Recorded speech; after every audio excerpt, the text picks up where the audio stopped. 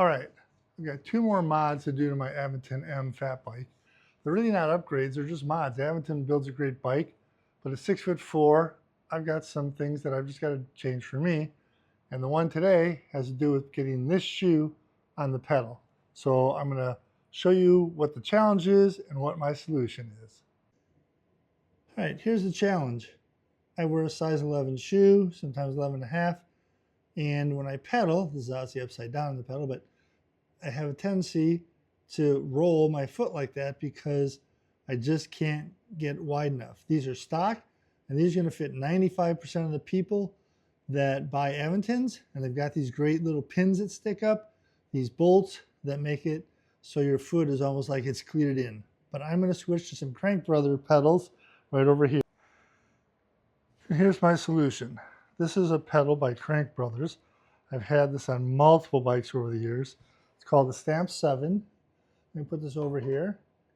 You can see when you line these pedals up, it's maybe only 10 or 15% larger, but it does make a difference. When I take my shoe that I ride with, and I put it on here, now it covers majority of my foot, and I'm not going to get that rolling action on the side. When you install pedals from Crank Brothers, I don't know about other manufacturers, they put a ridge right here. Let's see if the camera can see that. What that ridge does, it tells you that this is the left pedal. There are left and right pedals. On the right pedal, there is no ridge. So you put this in, I'm going to put grease on this. You just use a Torx wrench or an Allen wrench, and you crank this in, but I always put grease on it to get it easier in and out. And on these, you can take and raise these knobs very easily with an Allen wrench, get them to the height that works for you. Like I said, it's the same for me as being cleated in.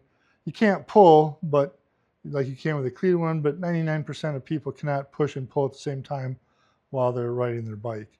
So it's great, secure. When my shoe goes on there, it's not budging. It just isn't. So let me take the other pedals off. Let me put these in. And you can get these in a lot of different colors. I don't know about a lot, but maybe 7 or 8 different colors. So if you want to make a little statement on your bike, you can do that as well. When you're taking a bike pedal off, normally righty is tighty. In this case, on the left bike pedal, righty is loosey. So you get, see how tight that is.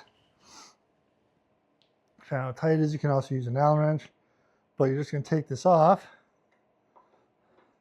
Like I said, on this side, righty is loosey. Turn this around here. I get this off, and we'll put the new one on. I've put a little bit of grease right on there, so it keeps from seizing up down the road. And instead of using a wrench to put this back in, I'd save myself some trouble if I take this water bottle off, which is what I'll probably do. I'll probably take the water bottle cage off. I just get one of my T-wrenches in there, and I can tighten this right up. I got the water bottle out of the way. Now I can get this number 8 in here, and we'll tighten this up without scratching the paint. Carefully.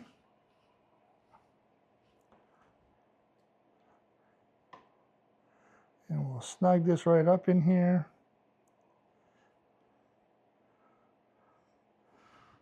Right like that. And you can, what's nice about these, you then can alternate to the short end and tighten it up.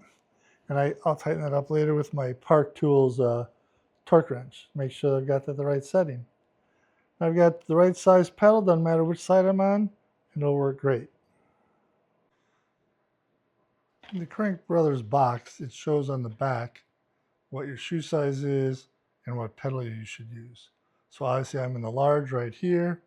It points everything out. They also give you an extra set of pins in case something should happen to the pins. I've never had anything happen to the pins, but it's great. And then I looked up, it's 34 Newton meters is the torque setting, so I'll set those right now. Got the Park Tool torque wrench here. We're going to set this. You can hear that click.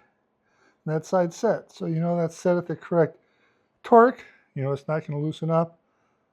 It's not over tight and we're going to rip up threads. I'll do it to the other side, and I am all done with this.